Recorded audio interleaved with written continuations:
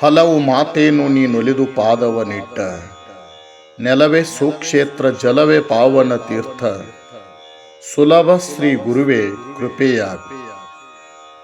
ಪ್ರಾತಸ್ಮರಣೀಯರೂ ಆದ ಸದಾ ಸ್ಮರಣೀಯರೂ ಆದ ಬಸವಾದಿ ಪ್ರಮಥರನ್ನ ಹೃದಯ ಮಂದಿರದಲ್ಲಿ ಧ್ಯಾನಿಸಿಕೊಂಡು ತಮ್ಮೆಲ್ಲರ ಪವಿತ್ರ ಅಂತರಾತ್ಮಕ್ಕೆ ದೀರ್ಘದಂಡ ಪ್ರಣಾಮಗಳನ್ನು ಸಲ್ಲಿಸುತ್ತಾ, ಆತ್ಮೀಯರೇ, ನಾವು 12ನೇ ಶತಮಾನದಲ್ಲಿರುವಂಥ ಬಸವಾದಿ ಶಿವಶರಣರಲ್ಲಿ ಸರ್ವಶ್ರೇಷ್ಠ ಜ್ಞಾನಿ ಅನಿಸಿಕೊಂಡಿರ್ತಕ್ಕಂಥ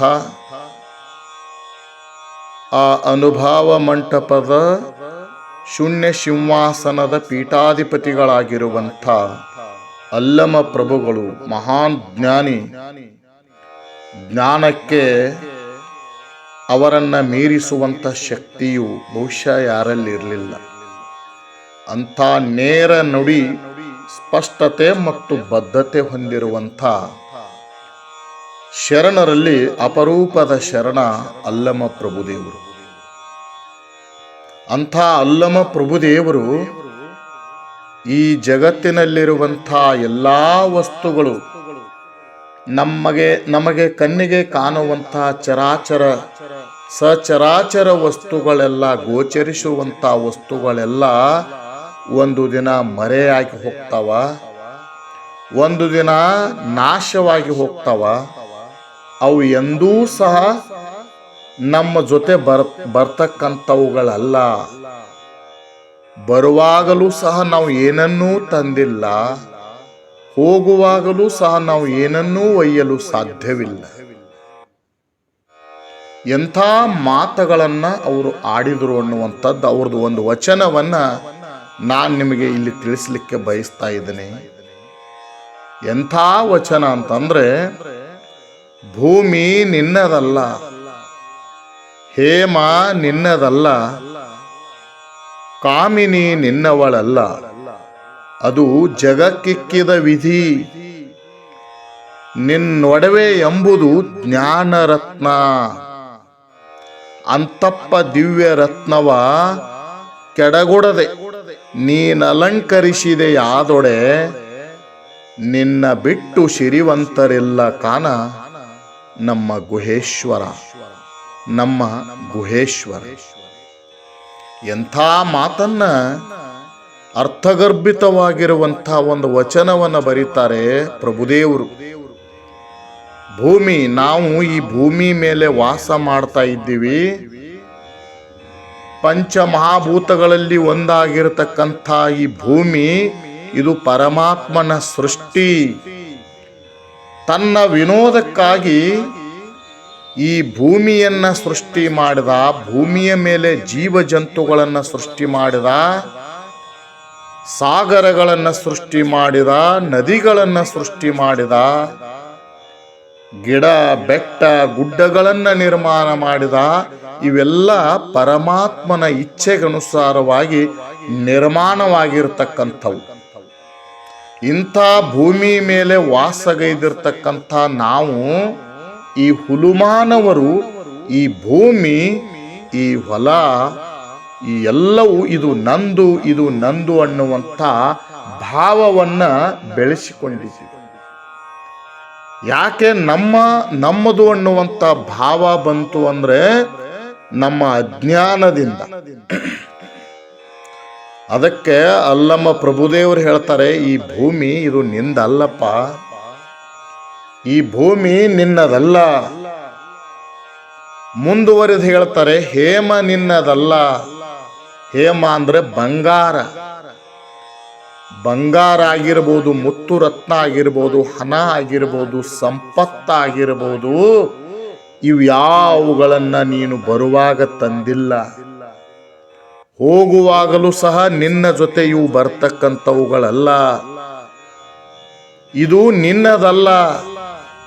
ನಾವು ಈಗ ಧರಿಸಿದೀವಿ ಆಭರಣಗಳನ್ನ, ಬಂಗಾರವನ್ನು ನಾವು ಈಗ ಧರಿಸಿದೀವಿ, ಈಗ ಮಾತ್ರ ನಮ್ಮದು. ಶಾಶ್ವತವಾಗಿ ಇದು ನಿನ್ನದಲ್ಲ. ಪ್ರಭುದೇವರು ಬಹಳ ಸ್ಪಷ್ಟವಾಗಿ ಹೇಳ್ತಾರೆ, ಈ ಭೂಮಿಯೂ ನಿನ್ನದಲ್ಲ, ಈ ಹೇಮವು ನಿನ್ನದಲ್ಲ, ಈ ಸಂಪತ್ತು ನಿನ್ನದಲ್ಲ, ಮುತ್ತು ರತ್ನವೂ ನಿನ್ನದಲ್ಲ, ಧನ ಕನಕ ನಿನ್ನದಲ್ಲ, ಈ ದ್ರವ್ಯ ಆಸ್ತಿ ನಿನ್ನದಲ್ಲ. ಕಾಮಿನಿ ನಿನ್ನವಳಲ್ಲ, ನಿನ್ನನ್ನು ನಂಬಿಕೊಂಡು ಬಂದಿರತಕ್ಕಂಥ ನಿನ್ನ ಮಡದಿ, ನಿನ್ನ ಸತಿ ನಿನ್ನವಳಲ್ಲ, ನಿನ್ನ ಜೊತೆ ಬರುವವಳಲ್ಲ. ನೀನು ಬರುವಾಗ ನಿನ್ನ ಜೊತೆ ಬಂದವಳು ಅಲ್ಲ, ನೀನು ಹೋಗುವಾಗ ನಿನ್ನ ಜೊತೆ ಬರುವವಳೂ ಅಲ್ಲ.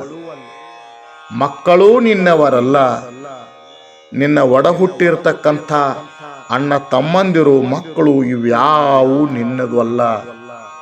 ಹಾಗಾದ್ರೆ ಪ್ರಭುದೇವರು ಹೇಳ್ತಾರೆ ನಿನ್ನದು ಯಾವುದೋ. ಹಾಗಾದ್ರೆ ಇವೆಲ್ಲವೂ ಏನು? ಭೂಮಿ ಆಗಿರ್ಬೋದು, ಸಿರಿ ಸಂಪತ್ತಾಗಿರ್ಬೋದು, ಸತಿ ಆಗಿರ್ಬೋದು, ಪುತ್ರರಾಗಿರ್ಬೋದು, ಸಂಬಂಧಗಳಾಗಿರ್ಬೋದು, ಈ ಭೂಮಿ ಮೇಲೆ ಇರುವಂಥ ದನ ಕರ ಪಶು ಪಕ್ಷಿಗಳು ಇವೇನು ನನ್ನದು ಅನ್ನುವಂಥ ಭಾವ ಹೊಂದಿವಲ್ಲ, ಇವ್ಯಾವು ನಿನ್ನದಲ್ಲ ಅಂತಾರೆ ಪ್ರಭುದೇವರು. ಹಾಗಾದ್ರೆ ಇವು ಯಾವುವು? ಇವೆಲ್ಲವೂ ಜಗಕ್ಕಿಕ್ಕಿದ ವಿಧಿ ಅಂತಾರವರು. ಇದು ಜಗಕ್ಕಿಕ್ಕಿದ ವಿಧಿ. ನಾವು ಪ್ರಾರಬ್ಧಕ್ಕನುಸಾರವಾಗಿ ನಾವು ಅನುಭವಿಸಲಿಕ್ಕೆ ಭೋಗಿಸಲಿಕ್ಕೆ ಬಂದಿರತಕ್ಕಂಥ ಈ ಜಗತ್ತಿನ ಪರಮಾತ್ಮನ ಲೀಲೆಯ ವಸ್ತುಗಳನ್ನು ನಾವು ಒಂದಿಷ್ಟು ಭೋಗಿಸಿ ಹೋಗೋದು. ಇವ್ಯಾವು ನಿನ್ನ ಜೊತೆ ಬರುವಂಥದ್ದಲ್ಲ, ಇವ್ಯಾವು ನಿನ್ನದಲ್ಲ ಅಂತಾರೆ. ಹಾಗಾದರೆ ನನ್ನದೆನ್ನುವಂಥದ್ದು ಯಾವುದು? ಬಹಳ ಸ್ಪಷ್ಟವಾಗಿ ಪ್ರಭುದೇವರು ಹೇಳ್ತಾರೆ, ನಿನ್ನ ಒಡವೆ ಎಂಬುದು ಜ್ಞಾನ ರತ್ನ ನೋಡ. ಹಾಗಾದ್ರೆ ಭೂಮಿ ನನ್ನದಲ್ಲ, ಹೇಮವೂ ನನ್ನದಲ್ಲ, ಕಾಮಿನಿ ನನ್ನವಳಲ್ಲ, ಸತಿಸುತರೂ ನನ್ನವರಲ್ಲ, ನಾನು ಗಳಿಸಿಕೊಂಡಿರುವಂಥ ಸಂಪತ್ತ ನನ್ನದಲ್ಲ, ಬ್ಯಾಂಕ್ ಬ್ಯಾಲೆನ್ಸ್ ನನ್ನದಲ್ಲ, ನನ್ನದನ್ನುವಂಥದ್ದೇನೂ ಇಲ್ಲ. ಧನ ಕನಕವೂ ನನ್ನದಲ್ಲ, ಬಂಗಾರ ನನ್ನದಲ್ಲ, ಬೆಳ್ಳಿ ನನ್ನದಲ್ಲ, ಆಸ್ತಿ ನನ್ನದಲ್ಲ, ನಾನು ಕಟ್ಟಿಕೊಂಡಿರುವಂಥ ಭವ್ಯ ಬಂಗಲೆ ಅದು ಸಹಿತ ನನ್ನದಲ್ಲ, ಅದು ನಿನ್ನ ಒಡವೆನೂ ಅಲ್ಲ ಅಂತಾರೆ. ನನ್ನ ಒಡವೆ ಎಂಬುದು ಜ್ಞಾನ ರತ್ನ. ಏನನ್ನ ಸಂಪಾದನೆ ಮಾಡೋದಂದ್ರೆ ಜ್ಞಾನವನ್ನ ಸಂಪಾದನೆ ಮಾಡು. ಜ್ಞಾನ ಒಂದೇ ಸಾಕು ಮುಕ್ತಿಗೆ ಅಂತಾರೆ ಮಹಾತ್ಮರು. ನಾವು ಮುಕ್ತಿ ಮಂಟಪಕ್ಕೆ ಹೋಗಬೇಕಾದ್ರೆ, ಮುಕ್ತಿ ಮಂಟಪವನ್ನ ನಾವು ಸೇರಬೇಕಾದ್ರೆ ನಮಗಿವ್ಯಾವ ಅವಶ್ಯಕತೆ ಇಲ್ಲ. ಇದರಿಂದ ನಾವು ಮುಕ್ತಿ ಹೋಗಲು ಸಾಧ್ಯವಿಲ್ಲ. ನಾವು ಮುಕ್ತಿಗೆ ಸೋಪಾನ ಯಾವುದು ಅಂತಂದ್ರೆ ಜ್ಞಾನ. ಅಂಥ ಜ್ಞಾನವನ್ನ ಸಂಪಾದನೆ ಮಾಡು. ಆತ್ಮ, ಜೀವಾತ್ಮ, ಪರಮಾತ್ಮ ಇವುಗಳಲ್ಲಿರುವಂಥ ಭೇದವನ್ನು ಸರಿಯಾಗಿ ಅರ್ಥೈಸಿಕೊಂಡು ಪರಮಾತ್ಮನ ಸಾಕ್ಷಾತ್ಕಾರ ಮಾಡಿಕೊಳ್ಬೇಕಾದ್ರೆ ನಮಗೆ ಜ್ಞಾನ ಬೇಕು. ಅಂಥ ಒಂದು ಜ್ಞಾನವನ್ನು ನಾವು ಸಂಪಾದನೆ ಮಾಡೋದು. ನಮ್ಮಿಂದ ಯಾರಿಂದಲೂ ಕಸಿದುಕೊಳ್ಳಲಿಕ್ಕೆ ಸಾಧ್ಯವಾಗಲಾರದೆ ಇರುವಂಥ ಒಂದು ಅಮೂಲ್ಯ ರತ್ನ ಅದು ಯಾವುದು ಅಂತಂದ್ರೆ ಅದು ಜ್ಞಾನ. ಯಾರೂ ಅದನ್ನು ನಮ್ಮಿಂದ ಕಸಿದುಕೊಳ್ಳಲಿಕ್ಕೆ ಸಾಧ್ಯವಿಲ್ಲ. ಯಾರೂ ನಮ್ಮಿಂದ ಅದನ್ನು ದೋಚಲಿಕ್ಕೆ ಸಾಧ್ಯವಿಲ್ಲ. ಅಂಥ ದೋಚಲಾರದೆ ಕಳುವು ಮಾಡಲಾರದಂಥ ಸಂಪತ್ತ ಅದು ಯಾವುದು ಅಂತಂದ್ರೆ ಅದು ಜ್ಞಾನ. ನಾವೊಂದು ಗಳಿಸಿರುವಂಥ ಸಂಪತ್ತ ಪರರ ಪಾಲಾಗಬಹುದು, ಕಳ್ಳರ ಪಾಲಾಗಬಹುದು. ನಾವು ಮೋಹಿಸಿರುವಂಥ ಕಾಮಿನಿ ಮತ್ತೊಬ್ಬರ ಸಂಗ ಮಾಡಬಹುದು. ನಾನು ಗಳಿಸಿರುವಂಥ ಬಂಗಲೆ ಇನ್ನೊಬ್ಬರ ಪಾಲಾಗಬಹುದು, ಇನ್ನೊಬ್ಬರು ವಾಸ ಮಾಡಬಹುದು. ನಾವು ಗಳಿಸಿರುವಂಥ ಹೊಲ ಮನೆ ಇನ್ನೊಬ್ಬರ ಪಾಲಾಗಬಹುದು. ಆದರೆ ಜ್ಞಾನ ಅನ್ನೋದು ಅದು ನನ್ನ ಒಡವೆ. ಅದು ನಾನು ಗಳಿಸಿರುವಂಥ ಸ್ಥಿರವಾಗಿ ಶಾಶ್ವತವಾಗಿರುವಂಥ ಒಂದು ಶಾಶ್ವತ ರತ್ನ ಅಂದರೆ ಅದು ಜ್ಞಾನ ರತ್ನ. ಅಂಥ ಒಂದು ಅದು ಕೆಡಗೊಡದೆ ಅಂಥ ಜ್ಞಾನ ರತ್ನವನ್ನ ನೀನು ಯಾವಾಗಲೂ ಧರಿಸಿದೆ ಆದೊಡೆ, ನೀನು ಅಲಂಕರಿಸಿದೆ ಆದರೆ ನಿನ್ನ ಸ್ವಾಧೀನವನ್ನ ಜ್ಞಾನ ರತ್ನವನ್ನ ನಿನ್ನ ಸ್ವಾಧೀನ ಮಾಡಿಕೊಂಡರೆ ನಿನ್ನ ಬಿಟ್ಟು ಸಿರಿವಂತರಿಲ್ಲ. ನಿನ್ನ ಬಿಟ್ಟು ಸಿರಿವಂತರಿಲ್ಲ. ನೀನೇ ಅಗರ್ಭ ಶ್ರೀಮಂತ. ಯಾರು ಶ್ರೀಮಂತರು, ಯಾರು ಸಿರಿವಂತರು ಅಂದ್ರೆ ಯಾರು ಜ್ಞಾನವನ್ನ ಸಂಪಾದನೆ ಮಾಡಿದರೋ ಅವರೇ ಸಿರಿವಂತರು. ಯಾರು ಜ್ಞಾನ ರತ್ನವನ್ನ ಪಡ್ಕೊಂಡಿದ್ದಾರೋ ಅವರೇ ಧನ್ಯರು, ಅವರೇ ಸಿರಿವಂತರು.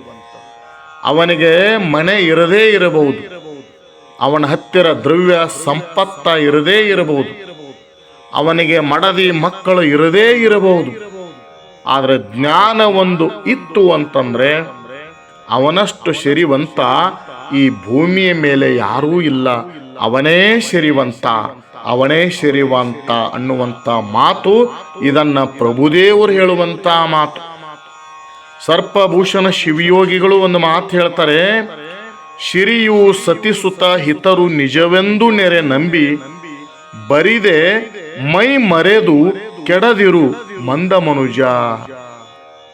ಅವ್ರು ಹೇಳ್ತಾರೆ, ಮರುಳ ಮಾನವನೇ, ಈ ಧನ, ಈ ಜನ, ಬಂಗಾರ, ಸಿರಿ ಸಂಪತ್ತ, ನಿನ್ನ ಸಂಬಂಧಿಗಳಾಗಿರ್ತಕ್ಕಂಥ ಅಣ್ಣ ತಮ್ಮ ತಂದೆ ತಾಯಿ ಹೆಂಡತಿ ಮಕ್ಕಳು, ಇದನ್ನ ನೀನು ನಿಜ ಅಂತ ನಂಬಿ ವ್ಯರ್ಥವಾಗಿ ಕೆಟ್ಟು ಹೋಗ್ತಾ ಇದ್ದೀಯಾ. ನಿನ್ನ ಬಾಳ್ವೆಯನ್ನ, ನಿನ್ನ ಬದುಕನ್ನ ವ್ಯರ್ಥವಾಗಿ ಕಳೀತಾ ಇದ್ದೀಯಾ. ಅದು ಯಾವುದು ಶಾಶ್ವತವಲ್ಲ.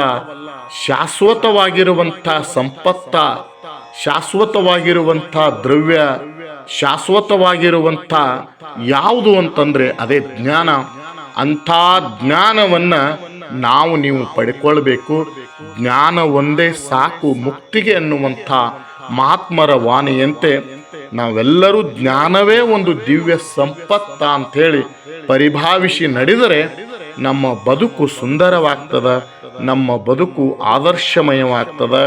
ಅದಕ್ಕೆ ಇವೆಲ್ಲವೂ ಏನಂದ್ರೆ ವ್ಯರ್ಥವಾಗಿ ಹೋಗುವಂಥದ್ದು. ಬರುವಾಗಲೂ ಬಂದಿಲ್ಲ, ನಾವು ಹೋಗುವಾಗಲೂ ನಮ್ಮ ಜೊತೆ ಇವು ಯಾವು ಬರುವಂಥದ್ದಲ್ಲ. ಹೆಂಗೆ ನಾವು ಬಿಡಬೇಕು ಈ ಎಲ್ಲ ಸಿರಿ ಸಂಪತ್ತುಗಳಂತಂದ್ರೆ, ನಾವು ಒಂದು ಹೋಟೆಲ್ಗೆ ಹೋಗಿರ್ತೀವಿ. ಹೋಟೆಲ್ಗೆ ಹೋದಾಗ ಉಪ್ಪಿಟ್ಟನೋ ಸಿರಾನೋ ಇಡ್ಲಿನೋ ದೋಸೆನೋ ಆರ್ಡರ್ ಮಾಡ್ತೀವಲ್ಲ, ಆ ಸಂದರ್ಭದಲ್ಲಿ ಅಲ್ಲಿ ಹೋಟೆಲ್ನಲ್ಲಿ ಇರುವಂಥ ವೇಟರ್ಗಳು ಹೇಗೆ ನಮಗೆ ಉಪ್ಪಿಟ್ಟಿನ ಜೊತೆ ಸಾಂಬಾರ, ಚಟ್ನಿ, ಚಮಚೆ, ಬಟ್ಲ ಹೇಗೆ ಕೊಟ್ಟು ನಮಗೆ ಉಪಚರಿಸ್ತಾನೋ, ಅದಾದ್ಮೇಲೆ ನಾವು ಆ ಪ್ಲೇಟಿನಲ್ಲಿರುವಂಥ ಉಪ್ಪಿಟ್ಟನ್ನೋ ಅಥವಾ ಇಡ್ಲಿನೋ ತಿಂದು ಹೇಗೆ ಪ್ಲೇಟ್ ಮತ್ತು ಚಮಚೆಗಳನ್ನ, ಬಟ್ಟಲುಗಳನ್ನ ಹೇಗೆ ಅಲ್ಲೇ ಬಿಟ್ಟು ಹೋಗ್ತೀವೋ ಹಾಗೆ ನಾವು ಎಲ್ಲವನ್ನ ಈ ಪರಮಾತ್ಮನ ಈ ವಿಧಿಗಳನ್ನ, ಈ ಜಗಕ್ಕಿಕ್ಕಿದ ವಿಧಿಗಳನ್ನ ನಾವು ಬಳಸಿಕೊಂಡು ಹೇಗೆ ಪ್ಲೇಟ್, ಬಟ್ಲ ಮತ್ತು ಚಮಚೆಗಳನ್ನ ಹೇಗೆ ಬಿಟ್ಟು ನಾವು ಹೊರಗೆ ಹೋಗ್ತೀವೋ ಹಾಗೆ ಎಲ್ಲವುಗಳನ್ನ ಬಿಟ್ಟು ಹೋಗಬೇಕಾಗ್ತದೆ. ಅದಕ್ಕೆ ನಾವು ಇದನ್ನೆಲ್ಲ ವ್ಯರ್ಥ ಅಂತ ಭಾವಿಸಿ ತಲೆಯಲ್ಲಿ ಭಾವಿಸಿಕೊಂಡು ಜ್ಞಾನವನ್ನು ಸಂಪಾದನೆ ಮಾಡಿಕೊಂಡು ಅಂಥ ಕೆಡಗೊಡಲಾರದಂಥ ಜ್ಞಾನದ ನಿಧಿಯನ್ನು ನಾವು ಸಂಪಾದನೆ ಮಾಡಿಕೊಂಡು ನಮ್ಮ ಬದುಕನ್ನು ಉಜ್ವಲ ಮಾಡ್ಕೋಬೇಕು ಅನ್ನುವಂಥ ಅಪರೂಪದ ಮಹಾತ್ಮರಾಗಿರುವಂಥ ಪ್ರಭುದೇವರು ಹೇಳಿರುವಂಥ ಮಾತವನ್ನು ನಾವಿಲ್ಲಿ ಸ್ಮರಣೆ ಮಾಡಿಕೊಳ್ಳೋಣ. ತಮ್ಮೆಲ್ಲರ ಬದುಕು ಜ್ಞಾನದ ಕಡೆ ಹೋಗಬೇಕು ಅನ್ನುವಂಥ ವಿಚಾರವನ್ನು ನಾನಿಲ್ಲಿ ಸ್ಪಷ್ಟಪಡಿಸಿದ್ದೀನಿ. ತಪ್ಪಿದಲ್ಲಿ ಕ್ಷಮಿಸಿ. ನಮಸ್ಕಾರ.